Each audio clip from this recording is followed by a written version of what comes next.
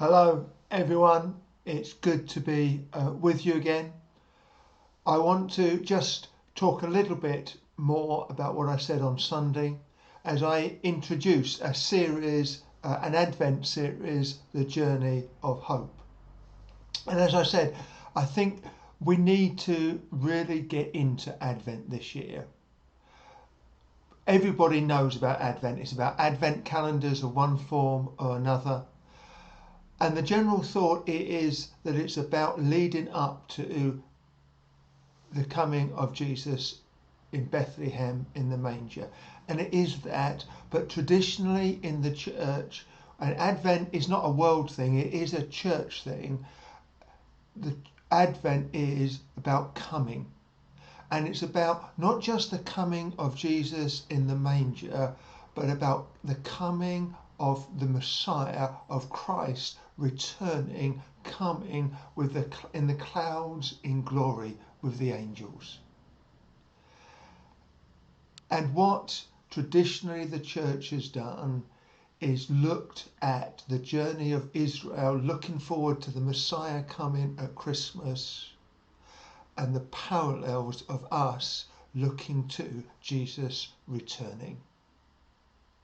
And having confidence because God came in Christ, in Jesus, in the manger, that he will come again.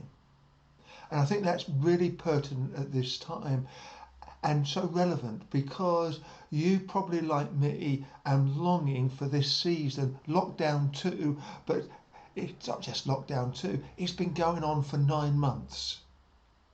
And longing for this season to end so that we can be together. It's one thing to relate like this, but it's another thing when we're together, when I can hug someone other than my wife. Take that in the right way, I hope.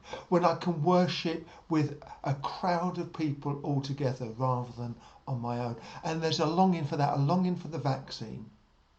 But that ought to just be a poor shadow of our longing for Christ to come and things not just to turn to normal as they were, but for the lion to lie down with the lamb, for things to be totally different and for Jesus to be reigning.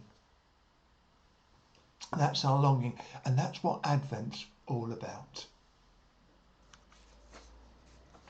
And picking up the imagery from Israel, the end of the Old Testament is about a promise, the promise of the prophet Elijah returning, which is fulfilled in John the Baptist.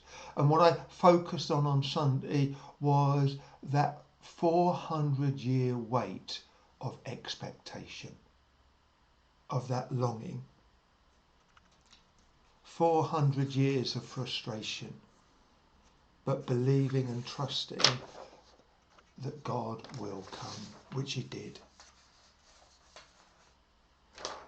And then I brought it in something which you may have known about and reflected on before, but it was new to me, a new understanding of Esau and Jacob, where Esau sold his birthright for a meal, which for years hadn't really made much sense to me, but suddenly recently grasping it, that Esau's birthright, his inheritance, was a promise given to his grandfather Abraham.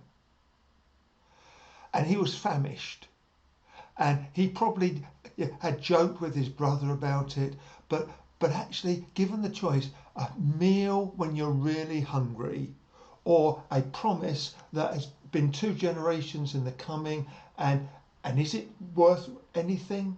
Can I even trust in it? And for Esau, it was a no-brainer.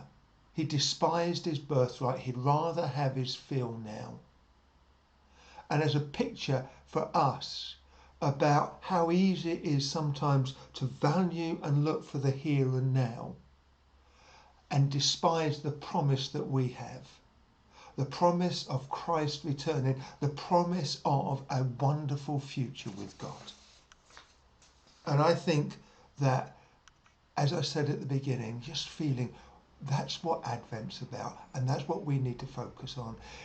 We can and should look forward to a vaccine and being able to worship together again. We need to look forward to being with family and friends in whatever way that looks like at Christmas. We need to look forward to those things, but realise they're a pale imitation. They just don't compare of what the future is when Christ returns and takes us home. And that longing that we have, which is only a little bit satisfied by these material things, will be fully satisfied by us spending eternity with God. More of this over the coming weeks. I hope you're encouraged. And I've got some questions to help you unpack what I've shared. How does looking back to what God has done in the past help us in looking forward to him fulfilling his promises in the future? And Esau was willing to give up his birthright, his inheritance, of the promise given to his grandfather Abraham. He was willing to give that up for a single meal because he's so hungry.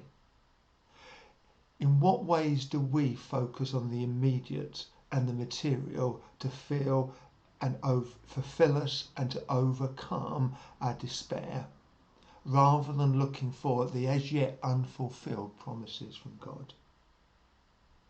And then finally, what are the similarities and the differences between longing for a vaccine for the things to get back to more normality and our longing for Christ to return and for us to be able to spend eternity with him?